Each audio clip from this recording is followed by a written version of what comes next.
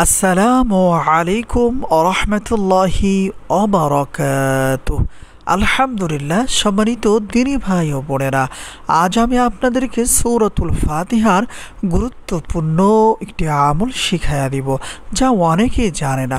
সূরাতুল ফাতিহা একই বৈঠকে বসে 1000 বার পড়লে কি হয়, এই আমল থেকে আমরা কি কি উপকার পেতে পারি, অনেকেই কিন্তু আমরা জানি না। বিস্তারিত জানার জন্য আর এই সূরাতুল ফাতিহার আমলটাকে সঠিকভাবে শেখার জন্য সম্পূর্ণ ভিডিওটি দেখার অনুরোধ থাকবে। সম্মানিত দিনী ভাই ও বোনেরা, নবী করিম সাল্লাল্লাহু আলাইহি ওয়াসাল্লাম হাদিসে পাকের মধ্যে সূরাতুল ফাতিহার অনেক প্রশংসা করেছেন। হাদিসে পাকের মধ্যে এও বলেছেন, সূরাতুল ফাতিহা সকল রোগের জন্য শিফা। সুবহানাল্লাহ, সুবহানাল্লাহ। এই সূরাতুল ফাতিহার মধ্যে আল্লাহ সুবহানাহু ওয়া তাআলা মানুষের জন্য অগণিত কল্যাণ রেখেছেন। সুবহানাল্লাহ, অগণিত উপকার রেখেছেন। সুবহানাল্লাহ। এজন্য সকল দিনী ভাই ও বোনদেরকে বলবো, একটু সময় ব্যয় করে সম্পূর্ণ ভিডিওটি দেখে এই সহজ আমলটা শিখে রাখার চেষ্টা করবেন। হতে পারে আপনার হায়াতে জিন্দেগিতে এই আমলটা অনেক অনেক উপকারে আসবে ইনশাআল্লাহ। সম্মানিত দিনী ভাই ও বোনেরা, আমি সর্বপ্রথমে আপনাদেরকে এই আমলটা শিখাই দিতে চাই, এরপরে বলে দিব এই আমলটা করলে কি কি উপকার আপনারা পেতে পারেন। সম্মানিত দিনী ভাই ও বোনেরা, এই আমলটা কখন কিভাবে করবেন, পরামর্শ থাকবে ফজরের নামাজের পরে অথবা ইশার নামাজের পরে একই বৈঠকে বসে এই আমলটা করে নেওয়ার চেষ্টা করবেন। ধরে নিন আমি এই মুহূর্তে ফজরের নামাজ আদায় করে জায়নামাজের পাটিতে বসে আছি, এখন এই আমলটা শুরু করব। সম্মানিত দিনী ভাই ও বোনেরা, একটি কথা না বললেই নয়, যদি ওযু না থেকে থাকে অবশ্যই আমরা ওযু করে এসে এই আমলটা শুরু করব। আমি জায়নামাজের পাটিতে বসে আছি, সর্বপ্রথমে আমাদের কাজ হচ্ছে খালেজ দিলে অন্তর থেকে 3 বার তওবা পাঠ করে নেওয়া। যে কোনো তওবা ইস্তিগফার পাঠ করতে পারেন। আমি আমার মতো করে 3 বার তওবা পাঠ করব। আস্তাগফিরুল্লাহ রাব্বি মিন কুল্লি যামবি ওয়া আতুবু ইলাইহি। আস্তাগফিরুল্লাহ রাব্বি মিন কুল্লি যামবি ওয়া আতুবু ইলাইহি। আপনারা যে তওবা বা ইস্তিগফার পারেন, সেই তওবা অথবা ইস্তিগফারটি 3 বার পড়ে নেবেন। এরপরে যে কোনো দুরূদ শরীফ পাঠ করবেন 3 বার, যেমন সাল্লাল্লাহু আলাইহি ওয়াসাল্লাম, সাল্লাল্লাহু আলাইহি ওয়াসাল্লাম, সাল্লাল্লাহু আলাইহি ওয়াসাল্লাম। এখন হয়তোবা অনেক ভাই অথবা অনেক বোন প্রশ্ন করতে পারেন যে হুজুর, আপনি তো প্রত্যেকটা ভিডিওতেই ইস্তিগফার দুরূদ শরীফ পাঠ করার কথা বলেন, কেন বলেন? সম্মানিত দিনী ভাই ও বোনেরা, ইস্তিগফার দুরূদ শরীফ পাঠ করলে আল্লাহ সুবহানাহু ওয়া তাআলা বান্দার দোয়াগুলো কবুল করে থাকেন। সুবহানাল্লাহ। এজন্য পরামর্শ থাকবে প্রত্যেকটা নেক আমল করার আগেই খালেজ দিলে 3 বার তওবা ইস্তিগফার পাঠ করে নেবেন, এরপর দুরূদ শরীফ পাঠ করে নেবেন। আমরা যে কোনো আমল করি না কেন, যত সময় পর্যন্ত নবী করিম সাল্লাল্লাহু আলাইহি ওয়াসাল্লামের উপর দুরূদ শরীফ পাঠ না করব, তত সময় পর্যন্ত আল্লাহ সুবহানাহু ওয়া তাআলা আমাদের দোয়া কবুল করবেন না। আমাদের দোয়াগুলো আসমানে ঝুলন্ত অবস্থায় থেকে যাবে।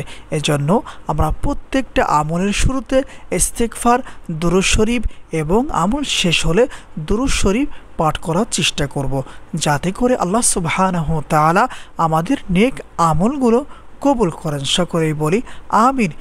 সম্মানিত দিনী ভাই ও বোনেরা, জায়নামাজের পাটিতে বসে সর্বপ্রথমে 3 বার যে কোনো ইস্তিগফার পাঠ করে নিব, এরপরে যে কোনো দুরূদ শরীফ 3 বার পাঠ করে নেব। এরপরে আমার মতো করে বিসমিল্লাহ সহ সূরাতুল ফাতিহা পাঠ করবেন, যেমন বিসমিল্লাহির রহমানির রহিম আলহামদুলিল্লাহি রাব্বিল আলামিন। আবারও বলছি, বিসমিল্লাহির রহমানির রহিম আলহামদুলিল্লাহি রাব্বিল আলামিন। শুধুমাত্র এই বিসমিল্লাহ যখন আপনি বলবেন, তখন খেয়াল রাখবেন বিসমিল্লাহির রহমানির রহিম হামদুলিল্লাহি রাব্বিল আলামিন আর রহমানির রহিম মালিকি ইয়াউমিদ্দিন ইয়াকা না'বুদু ওয়া ইয়াকা নাস্তাঈন ইহদিনাস সিরাতাল মুস্তাকিম সিরাতাল লাযীনা আন'আমতা আলাইহিম গায়রিল মাগদুবি আলাইহিম ওয়ালাদ-দাল্লিন। এই নিয়মে একই বৈঠকে সূরাতুল ফাতিহা পড়তে হবে 1000 বার। আবারও বলছি, জায়নামাজের পাটিতে বসে সর্বপ্রথমে 3 বার ইস্তিগফার পাঠ করবেন, এরপরে 3 বার যে কোনো দুরূদ শরীফ পাঠ করবেন, এরপরে আমার দেখানো পদ্ধতিতে বিসমিল্লাহ সহ সূরাতুল ফাতিহা পাঠ করবেন একই বৈঠকে 1000 বার। আমলের শুরু থেকে শেষ পর্যন্ত এর মধ্যবর্তী সময়ে কোনো কথা বলা যাবে না। সম্মানিত দিনী ভাই ও বোনেরা, যখন সূরাতুল ফাতিহা 1000 বার পাঠ করা হয়ে যাবে, এরপরে আমরা একবার যে কোনো দুরূদ শরীফ পাঠ করব, এরপরে আল্লাহ সুবহানাহু ওয়া তাআলার কাছে দোয়া করব। এখন আমি আপনাদেরকে বলে দিব এই আমলটা করলে আমরা কি কি উপকার পেতে পারি। এই আমলটা আমরা যদি সঠিকভাবে করতে পারি, আল্লাহ সুবহানাহু ওয়া তাআলা আমাদেরকে দুনিয়া এবং আখিরাতের সকল কল্যাণ দান করবেন। সুবহানাল্লাহ। আল্লাহ সুবহানাহু ওয়া তাআলা দুনিয়াবি সকল বালা মুসিবত থেকে আমাদেরকে হেফাজত করবেন, সকল মুসিবত থেকে হেফাজত করবেন, সকল বিপদ আফত থেকে আমাদেরকে হেফাজত করবেন। এজন্য সম্মানিত দিনী ভাই ও বোনেরা, পরামর্শ থাকবে, যখন কোনো বিপদে আফদে বালা মুসিবতে পড়ে যাবেন, কষ্ট করে মাত্র একবার, হয়তো ফজরের নামাজের পরে অথবা ইশার নামাজের পরে এই আমলটা করবেন। এরপরে কান্না জড়িত কণ্ঠে আল্লাহ সুবহানাহু ওয়া তাআলার কাছে দোয়া করবেন, ইয়া রব্বি কারীম আল্লাহ, এই বরকতময় সূরাতুল ফাতিহার আমলের ওসিলায় আপনি আমাকে সকল প্রকার বালা মুসিবত থেকে হেফাজত করেন, আমার আহাল পরিবারকে হেফাজত করেন। ইয়া রব্বি কারীম আল্লাহ, আপনি আমাকে দুনিয়ার সকল কল্যাণ দান করেন, আখিরাতের সকল কল্যাণ দান করেন। ইয়া রব্বি কারীম আল্লাহ, আমি বিপদে পড়েছি, আমি মুসিবতে পড়েছি, এই আমলের বরকত সকলে মুসিবত দূর করে দিন, সকল বিপদ আফত দূর করে দিন। সম্মানিত দিনী ভাই ও বোনেরা, যদি আমলটা সঠিকভাবে একবার করে আল্লাহ সুবহানাহু ওয়া তাআলার কাছে কান্না জড়িত কণ্ঠে দোয়া করতে পারেন, আল্লাহ সুবহানাহু ওয়া তাআলা আপনাকে দুনিয়া এবং আখিরাতের সকল কল্যাণ দান করবেন। আল্লাহ সুবহানাহু ওয়া তাআলা আপনার দুনিয়া এবং আখিরাতের সকল মুসিবত দূর করবেন, সকল বিপদ আফত বালা মুসিবত থেকে আপনাকে সহ আপনার আহার পরিবারকে হেফাজত করবেন। এজন্য সকল দিনী ভাই ও বোনদেরকে বলবো, কষ্ট করে সম্পূর্ণ ভিডিওটি দেখে এই আমলটা শিখে রাখার চেষ্টা করবেন।